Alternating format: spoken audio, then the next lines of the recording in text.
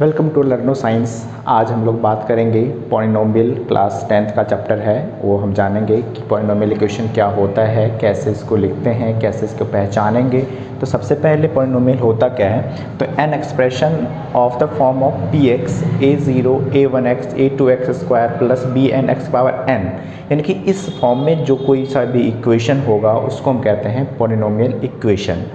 अब देखिए, जिसमें ए एन की value not equals to zero होना चाहिए, यानी कि जो ए एन है ये वैल्यू जो है वो जीरो नहीं होना चाहिए, पॉलिनोमियल का कंडीशन है।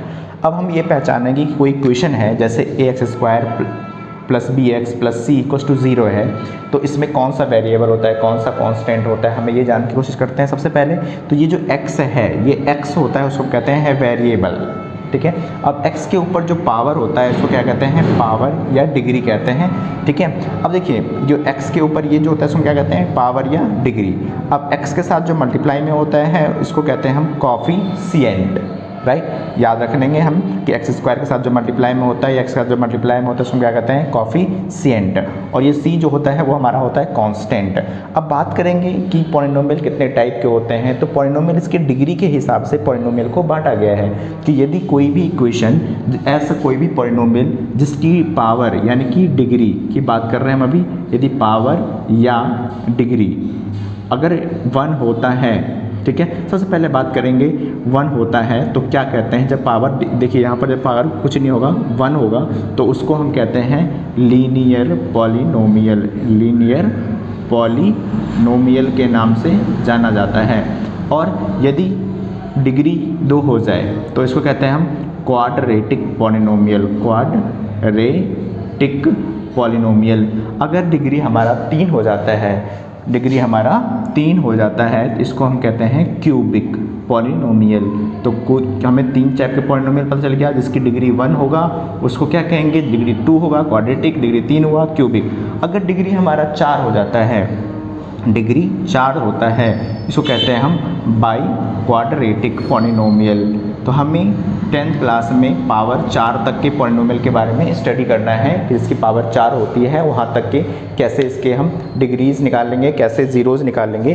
तो सबसे पहले हम इसमें जानेंगे कैसा कि कोई ग्राफ, हमें कुछ क्वेश्चंस होते हैं पॉलिनोमियल का, उसमें कैसे कैसे क्वेश्चन को सॉल्व करना है वो हम जानने की कोशिश करेंगे। तो देखिए, अगर आपके पास एक ऐसा ग्राफ बना हो, इस ग्राफ में हमें पूछा जाए कि ये बताओ कि इस ग्राफ में कितना इसका डिग्री है या कितना इसका पावर है, हम आराम से उसको कैलकुलेट कर सकते हैं। ये हमारा पता है कि हमारा एक्स एक्सिस होता है, ये हमारा वाई एक्सिस होता है। अगर आप देखिए कोई लाइन ऐसे जा रही है, ऐसे कर्व करती हुई जा रही है ना, तो ये लाइन जो जा रही है कर्व, ये इस एक्सिस को कितनी बार काट रहा है। देखिए एक्स एक्सिस को यहाँ पर एक बार काट रहा है, यहाँ दूसरी बार काट रहा है, यहाँ पर तीसरी बार काट रहा है, यानी कि 3 जगह पे काट रहा है एक्स को। तो इसका मतलब इसका जीरोज़ जो होगा, ज़ीरोज़ वो कितने होंगे, ज़ीरोज़ इसके हो जाएंगे 3। अब बात आ गई ये ज़ीरोज़, ये ज़ीरोज़ क्या होता है। सबसे पहले हम ये भी जान लें कि अगर मान लीजिए आपके पास कोई भी इक्वेशन है, जैसे मान लीजिए कि ए एक्स स्क्वायर है, बी एक्स है प्लस सी है इक्वल टू 0 है। यदि इसमें एक ऐसी कोई सी वैल्यू एक्स की कोई वैल्यू, यानी कि एनी वैल्यू x की कोई भी वैल्यू होगी, जिसको जब यदि हम इसमें पुट करेंगे तो ये पूरा इक्वेशन 0 हो जाए, तो उसको कहते हैं हम इसका ज़ीरोज़, ठीक है। तो अब देखिए, जैसे ये कोई ग्राफ जा रहा था, इस पर ये लाइन को जा रहा है, तो कितनी बार काट रहा है, 3 बार काट रहा है, इसलिए इसके ज़ीरोज़ क्या हो जाएंगे, 3 हो जाएंगे। चलिए एक और क्वेश्चन और समझते हैं इससे कि कितने ज़ीरोज़ हो सकते हैं। एनसीईआरटी के क्वेश्चंस करेंगे फिर ज़ीरोज़ पहचानने के लिए।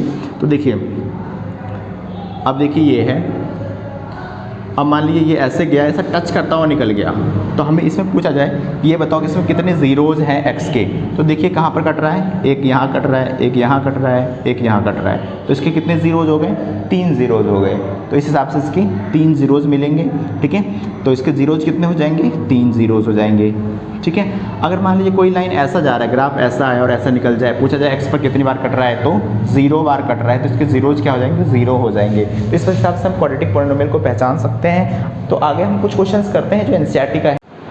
तो ये हमारे एनसीईआरटी के कुछ क्वेश्चंस हैं, ये क्वेश्चंस एक्सरसाइज 2.1 का क्वेश्चन है। इसको देखते हैं ज़रा कैसे सॉल्व कर सकते हैं, ठीक है। इसके कैसे कितने ज़ीरोज़ होंगे। तो सबसे पहला क्वेश्चन ये है, इसमें देखिए अगर हमसे पूछा जाए इसे कितने ज़ीरोज़ हैं, तो देखिए एक्स एक्सिस को ये जो लाइन जा रही है ये हमारा एक्स एक्सिस है, ये वाई एक्सिस है, ये लाइन जो है कितनी बार काट रहा है, तो एक्स एक्सिस को कहीं पे नहीं काट रहा है, इसीलिए इसका ज़ीरोज़ क्या हो जाएगा, इसका ज़ीरो जो है वो ज़ीरो होगा, कोई ज़ीरो इसके नहीं आने वाले। इस वाले में बात करें तो देखिए जब ये लाइन ऐसे जा रही है ऐसे जा रही है, यानी कि एक्स एक्सिस को कितनी बार काट रहा है, एक्स एक्सिस को सिर्फ एक जगह पे काट रहा है, तो इसका ज़ीरोज़ कितने आ जाएंगे, तो इसके ज़ीरोज़ हमारे पास मिल जाएगा 1, यानी कि नंबर ऑफ जीरो हो जाएगा 1। ऐसे इसमें देखिए ये ऐसे गया, एक्स एक्सिस को एक यहाँ पर काट रहा है और एक्सिस को ये दोबारा यहाँ पर और तीसरी बार यहाँ पर, यानी कि जब एक्स एक्सिस को ये टच करता हुआ 3 बार काट रहा है, इसलिए इसके ज़ीरोज़ कितने हैं, तो 3 इसके ज़ीरोज़ आ जाएंगे।